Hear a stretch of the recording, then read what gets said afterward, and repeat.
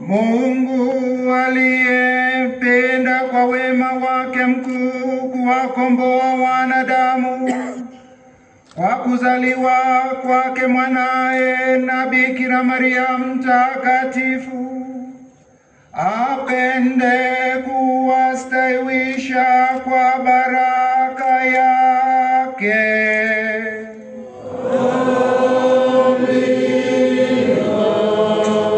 Mjaliwe kutambua daima na popote ulinzi wake yeye, ambaye kwa kupitia kwake mmestahili kumpokea Muumba wa uzima.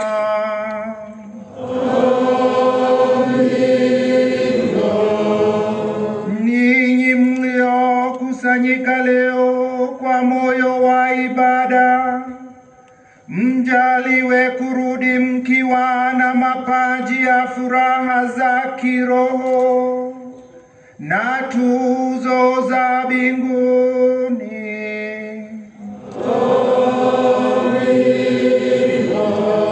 Na baraka yake Mungu Mwenyezi, Baba na Mwana na Roho Mtakatifu iwashukie na kukaa nanyi daima.